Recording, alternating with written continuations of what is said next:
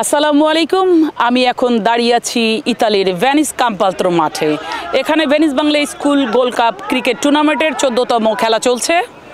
আপনারা জানেন যে প্রায় 16টি দল এখানে অংশগ্রহণ করেছে। 3 মাস ব্যাপী এই খেলা চলবে। ইতালির ভেনিসে ভেনিস বাংলা স্কুল উদ্যোগে গোল্ড কাপ ক্রিকেট টুর্নামেন্ট অনুষ্ঠিত। প্রবাসের মাটিতে এত সুন্দর আয়োজনে খুশি বাংলাদেশিরা। 16টি দল অংশ নেয়। আয়োজক কমিটির অক্লান্ত পরিশ্রমে সুন্দরভাবে খেলা পরিচালিত হচ্ছে। খেলায় বিভিন্নভাবে সহযোগিতার জন্য এগিয়ে এসেছেন বাংলাদেশি রাজনৈতিক, সামাজিক ও ব্যবসায়ীর। প্রত্যেকটি খেলার man of the match trophy উপহার হিসেবে বিজয়ী দলগুলোর হাতে তুলে দিচ্ছে।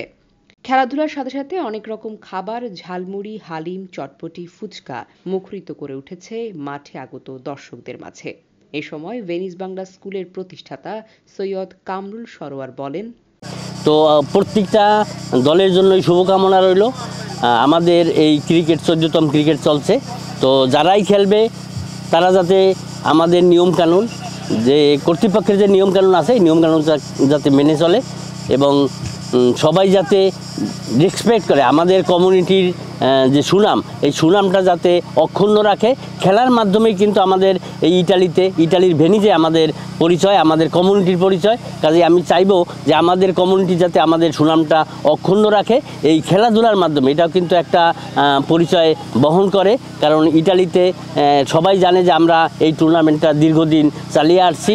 তো সবার কাছে আমার অনুরোধ থাকবো এবং সাথে দর্শকদের যারা উপস্থিত আছেন তারাও একটু নিয়মকানুন মেনে চলবেন, যাতে আমরা অশৃঙ্খল কোনো কিছু না করি, বা বিশেষ করে পরিষ্কার পরিচ্ছন্নতার দিকে আমরা একটু নজর দেব।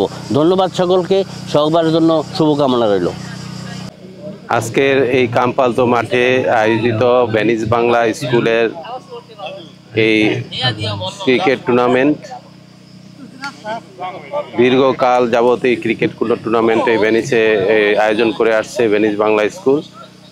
16 দলের এই বছরের যে টুর্নামেন্টটি আসলে খুবই স্বাচ্ছন্দ্য এবং উৎসাহে এই মাঠের পরিবেশ দেখে বোঝা যায় যে আজকে খুব সুন্দর একটি আয়োজন, এবং বিভিন্ন শহর থেকে যারা এই টুর্নামেন্টে অংশগ্রহণ করেছেন তাদেরকে আমি ধন্যবাদ জানাই, আয়োজকদেরকে ধন্যবাদ জানাই, এবং যারা এই পরিচালনা কমিটির সাথে জড়িত।